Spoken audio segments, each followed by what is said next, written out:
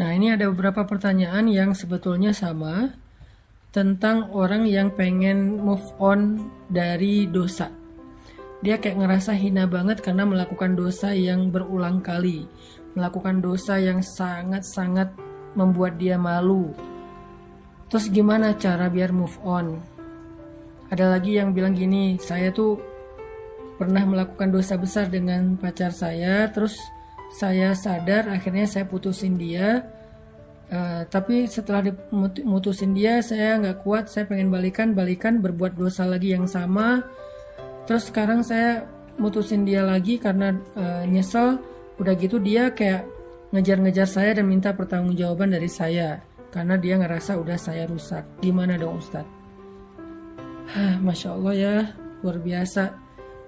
Teman-teman yang dirahmati Allah SWT, ini khusus buat teman-teman yang masih, alhamdulillah Allah selamatkan dari dosa-dosa besar ya. Itulah kenapa Allah mengatakan wala taqrabuz zina, jangan dekati zina. Apa maksud dari dekati zina? Pacaran. Udah banyak banget korbannya.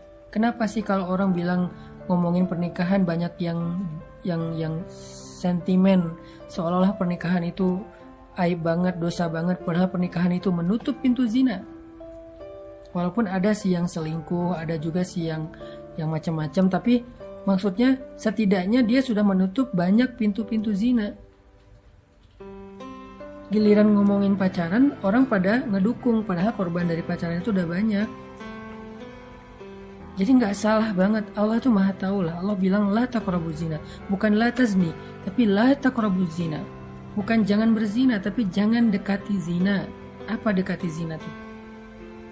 Pacaran, hubungan yang tadi TTM, yang membuat rumah tangga kita rusak, rumah tangga orang lain rusak, dan seterusnya. Gimana tuh kalau kayak gitu? Apa kita mau kalau keluarga kita diperlakukan orang lain kayak gitu? Makanya jangan dekati zina. Jangan dekati dosa-dosa itu, jangan didekatin dosa-dosa besar itu. Kenapa? Walaupun kita pede banget bilang saya nggak akan terjerumus, tapi setan itu licik dan nggak akan berhenti untuk menggiring kita setahap, selangkah demi selangkah sampai terjerumus dan akhirnya nyesel. La taqrabuz zina. Jadi buat teman-teman yang masih Allah jaga, jangan dekat-dekat. Kenapa? Kalau udah terlanjur melakukan itu, hidup kita tuh berantakan. Bener banget, yakin deh, hidup kita tuh berantakan. Kalau udah terlanjur berbuat dosa itu, hidup kita berantakan. Kalau kemudian kita menutupnya dengan menikah, rumah tangga kita berantakan. Terus gimana Ustadz? Gak ada yang lebih baik daripada orang yang meninggalkan dosa, lalu baru yang bertobat dari dosa. Ada dua tingkatan. Yang satu, meninggalkan dosa. Yang kedua, bertobat dari dosa. Mana di antara dua ini yang lebih baik? Yang pertama, yang meninggalkan dosa, yang gak mau berbuat dosa itu. Yang kedua, baik, tapi yang pertama jauh lebih baik. Jangan kita gampangin, gampang nanti bisa taubat. Pertama, ya kalau kita masih punya kesempatan. Kedua, ya kalau ternyata hati kita terbuka untuk taubat. Kalau udah keenakan dengan dosa. Dan yang ketiga, tetap orang yang meninggalkan dosa lebih baik dan lebih utama daripada orang yang bertobat dari dosa, walaupun dua-duanya baik.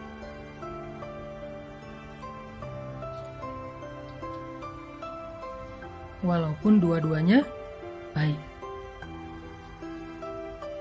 Terus gimana kalau kita udah terlanjur Ustadz? Buat yang udah terlanjur, Allah Subhanahu wa taala berfirman, Qul ya ibadiyalladzina asrafu ala anfusihim. Katakanlah, wahai hamba-hambaku yang telah banyak dosa, melampaui batas, menzalimi diri sendiri. Allah memanggil orang-orang yang merasa banyak dosa. Qul ya ibadiyalladzina asrafu ala anfusihim. Wahai hamba-hambaku yang banyak dosa, kata Allah, yang berzina, yang datang ke dukun, yang syirik, yang durhaka sama orang tua, yang mencuri, yang membunuh, yang makan riba, yang banyak dosa, berbagai macam dosa yang gak kebayang. La taqnatu min rahmatillah. Jangan berputus asa dari rahmat Allah. Innallaha yaghfirudz dzunuba jami'a. Sesungguhnya Allah mengampuni semua dosa. Gak ada dosa yang gak diampuni sama Allah. Tapi saya pernah syirik, Ustadz. Allah mengampuni semua dosa, termasuk syirik. Syirik itu baru gak diampuni kalau dia mati dalam keadaan itu dan belum bertaubat. Kalau dia bertaubat, semua diampuni. Termasuk riba. Durhaka sama orang tua, termasuk durhaka sama orang tua. Berzina berkali-kali, ya. Kalau dia taubatnya sungguh-sungguh. Kalau dia mengulangi lagi, berarti belum diampuni dosanya. Kalau dia sungguh-sungguh, syaratnya taubatan nasuha itu dia benar-benar tinggalin tuh dosa. Dia berjuang meninggalin dosa itu, apakah dengan pergi dari sana, apakah dengan delkon, apakah dengan ganti nomor, apakah tutup sosial media, tutup semua akses informasi, agar nggak berinteraksi lagi dengan orang yang membuat kita terjerumus kepada dosa. Tinggalkan segala masa lalu, fokus untuk memperbaiki diri di hadapan Allah. Kalau itu taubatnya, Allah bilang, Innallaha yaghfirudz dzunuba jami'a. Allah mengampuni dosa semua. Allah mengampuni semua dosa. Dan Allah mengatakan di akhir ayat itu, Innahu huwal ghafurur rahim. Sesungguhnya dialah yang maha pengampun, lagi maha penyayang. Dia maha pengampun dan dia maha penyayang. Dia pasti mengampuni dan dia sayang banget sama kita. Jadi kalau ada niat pengen benar-benar bertaubat, jangan berkecil hati. Kalau benar-benar pengen bertaubat, jangan berkecil hati. Allah itu sayang banget sama hambanya yang bertaubat. Innallaha yuhibbut tawwabin. Malah Allah cinta sama hambanya yang bertaubat. Wa yuhibbul mutatahhirin. Allah cinta kepada hambanya yang pengen membersihkan dirinya. Dan untuk bisa meninggalkan dosa zina itu, baik sebelum dia menikah maupun setelah dia menikah, coba renungkan satu kisah Nabi ini. Ada seorang laki-laki berteriak di dalam Masjid Nabawi dengan mengatakan, "Wahai Rasulullah, izinkan saya berzina," kata dia. "Wahai Rasulullah, izinkan saya berzina," kata dia. Semua sahabat yang mendengar ini kaget. Kemudian mereka marah karena lancang sekali laki-laki ini minta izin kepada Nabi untuk berzina. Yang udah pasti itu adalah dosa besar. Aneh kan pertanyaannya, izinkan saya berzina ya Rasul. Semua sahabat kaget, bahkan sebagian sahabat itu udah pengen mukul, udah pengen nonjok, udah ngeluarin pedang setengah sarung. Nabi juga kaget, tapi Nabi bijak. Nabi mengatakan, "Udnu, dekatlah ke saya, kesinilah." Akhirnya dia mendekat, datang ke arah Nabi, duduk di sini kata Nabi. Dia duduk di depan Nabi sampai bertaut lututnya dengan lutut Nabi. Kemudian Nabi bertanya dengan suara yang lembut, karena Nabi ingin melembutkan hati orang ini.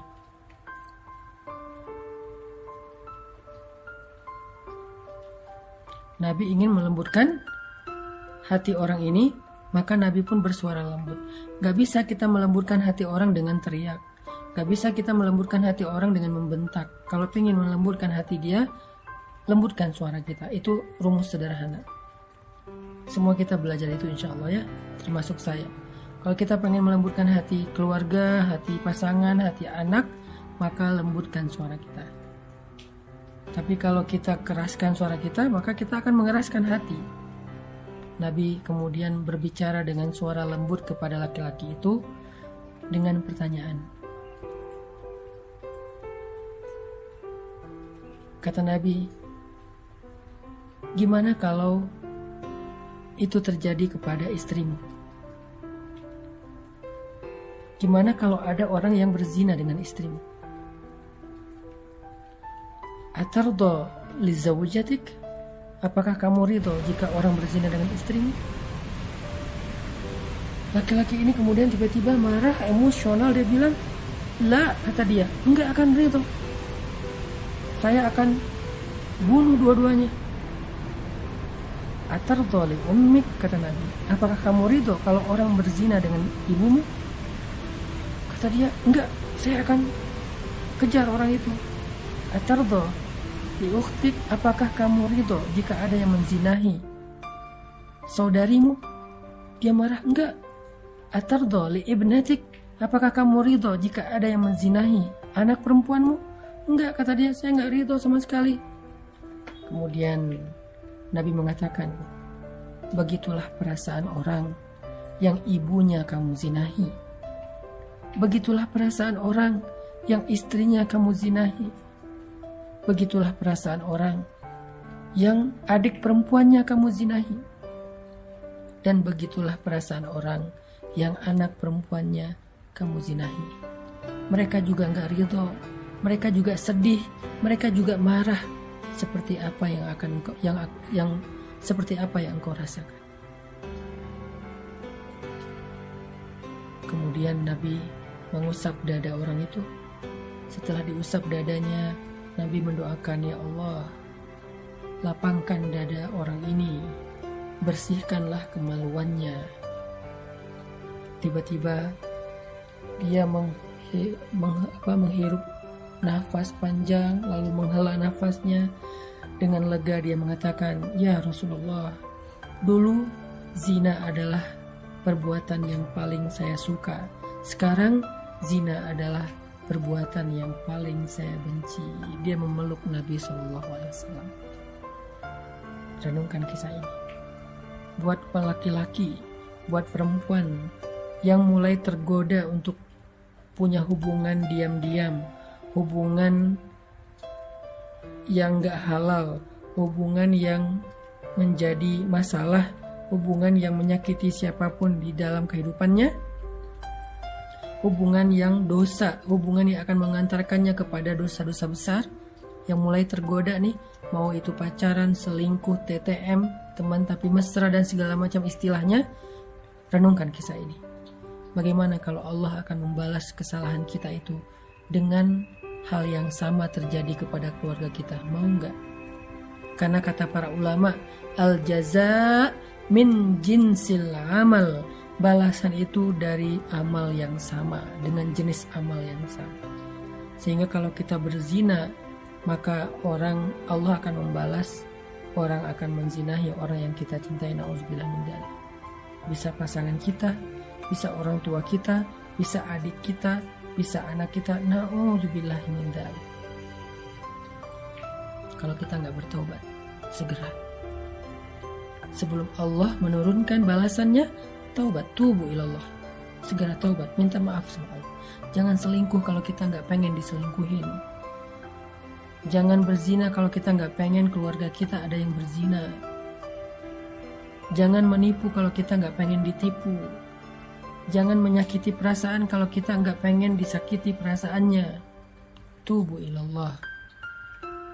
Ustaz, kalau kita chat sama laki-laki, apakah itu termasuk disebut zina? Tergantung isi chat, jam berapa chat, gimana kita ngomong, apa yang kita bicarakan. Kalau yang kita bicarakan hal yang terlalu privasi, personal, apalagi vulgar, zina. Zina teks, zina jari.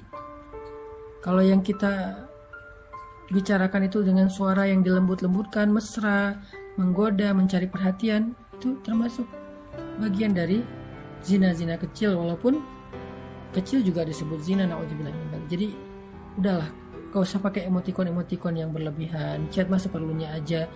Yang dibicarakan juga hal yang penting. Jamnya juga jangan kemalaman, maksimal sampai jam 10 misalnya. Kecuali kita bersama dengan muhrim kita, gak sendiri. Apalagi sampai video call segala macam, janganlah, karena itu dosa. Dan nanti balasannya juga sama, kita juga gak akan mau anak kita kayak gitu kan. Kita nggak mau kan saudara kita kayak gitu. Kita nggak mau kan apalagi pasangan kita kayak gitu. Renungkan nasihat Nabi tadi kepada laki-laki yang datang kepada beliau. Itu modal banget buat kita ninggalin dosa. Itu modal banget buat kita ninggalin dosa.